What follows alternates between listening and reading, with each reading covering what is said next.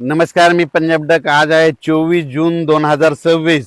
तर हे पाहू शकता मी माझ्या शेतामध्ये. आमच्या इकडं जवळपास सकाळपासून आमच्या भागामध्ये जालना जिल्ह्यामध्ये इकडं घनसावंगी आष्टी सगळीकडं जवळपास विदर्भात देखील सगळीकडे पाऊस बऱ्याच ठिकाणी रात्रभर चालू होता आणि आता देखील सुरूच आहे.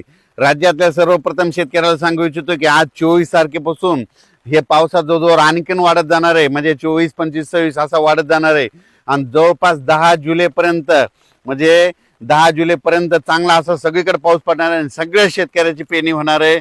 म्हणून हा अंदाज सर्व शेतकऱ्यांनी लक्षात घ्यायचा. राज्यातल्या सर्व शेतकऱ्याला सांगू इच्छितो की आज देखील पूर्व विदर्भ, पश्चिम विदर्भ, दक्षिण महाराष्ट्र, उत्तर महाराष्ट्र, कोकणपट्टी, खानदेश, मराठवाडा सगळीकडे काय होणार आहे म्हणजे हे पाऊस काय होणार दररोज. आज सकाळी वेगळ्या भागात, दुपारी वेगळ्या भागात, रात्रीच्याला वेगळ्या भागात असं करत करत सगळीकडे हे पाऊस जाणार आहे आणि सर्व शेतकऱ्याची पेरणी होणार आहे. म्हणून हे अंदाज सर्व शेतकऱ्यांना लक्षात घ्यायचा. शेतकऱ्यांना घाबरू नका. यावर्षी पेरणी होणार म्हणजे होणार. तुम्हाला एक म्हटलं होतं ना, 1 जूनच्या शेवटच्या आठवड्यात एक टप्पा राहील, जुलैचा पहिला टप्पा एक राहील आणि जुलैच्या 10 जुलै ते 15 जुलैमध्ये एक टप्पा राहील. पण सगळ्या शेतकऱ्याची पेरणी होणार आहे. म्हणून हे अंदाज लक्षात घ्यायचा. खास करून परत एकदा सांगू इच्छितो, आज देखील मुंबई, पुणे, घाटमाता, नाशिक ह्या पट्ट्यामध्ये रायगड पासून रत्नागिरी ह्या पट्ट्यात आज जोरदार पावसाला सुरुवात होणार आहे.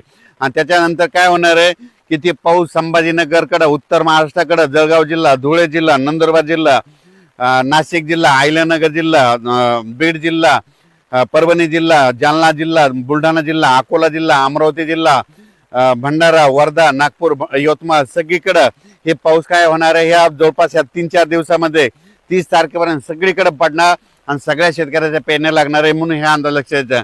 त्याच्यानंतर मला सातारा, सांगली, सोलापूर आणि धाराशिव, लातूर जिल्ह्यातले फोन आले. तिकडे पाऊस पडला म्हणजे हे गेलेलंच नाही. तर त्यांच्यासाठी आनंदाची बातमी. त्यांच्याकडं म्हणजे आज 25 म्हणजे 24 आहे, आजच्याला सुरुवात होईल. पण तिकडं मात्र 25 ते 30च्या दरम्यान सोलापूर जिल्हा, लातूर जिल्हा, सांगली जिल्हा, सातारा जिल्हा, कोल्हापूर जिल्हा जोराचा पाऊस